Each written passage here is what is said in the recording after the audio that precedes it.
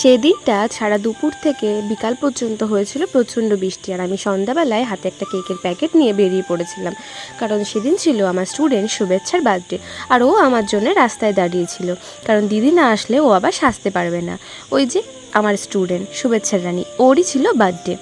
তারপর ভেতরে এসে দেখলাম এখানে খুব সুন্দর করে ডেকোরেশন করা হয়েছিল, আর আমিও বেশিক্ষণ দেরি না করে ওকে সাজাতে বসে গিয়েছিলাম। ও আবার বলে রেখেছিল, দিদি আমি তোমার হাতে ছাড়া কিন্তু অন্য কারো কাছে সাজবো না। আর আমারও হয়ে গেছিলো সেদিন আসতে দেরি, তো আমি এসে সাজাতে সাজাতে গেস্টরাও আসতে শুরু করেছিল এবং ওকে গিফট দিতে শুরু করেছিল।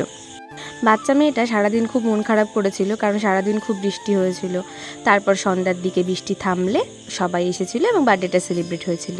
এই যে সেই কেকটা যেটা আমি এনেছিলাম, কারণ ওর জন্য যে বার্থডে গিফটটা আমি অর্ডার করেছিলাম সেটা তখন পর্যন্ত এসে পৌঁছায়নি। এখন শুরু হয়ে গেছিলো এখানে কেক কাটিং, আর ও ওর ফ্রেন্ডদের নিয়ে বসে গেছিলো কেক কাটতে।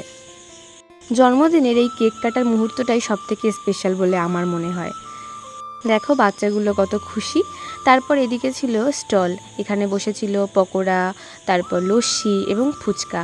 আমিও বেশিক্ষণ দেরি না করে ওখান থেকে এক প্লেট পকোড়া তুলে নিয়েছিলাম, আর ও ফ্যানের সামনে বসে ওটা খাচ্ছিলাম।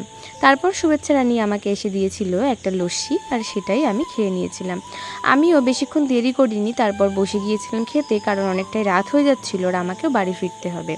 তাই বসে পড়ার সাথে সাথেই প্লেট দিয়ে গেল এবং খাবার সার্ভ করলো। প্রথমে চানা আর নান দিয়ে খাওয়া শুরু করলেও একে একে অনেক কিছুই খেয়েছিলাম, যেগুলো তোমাদের সাথে শেয়ার করা হয়নি।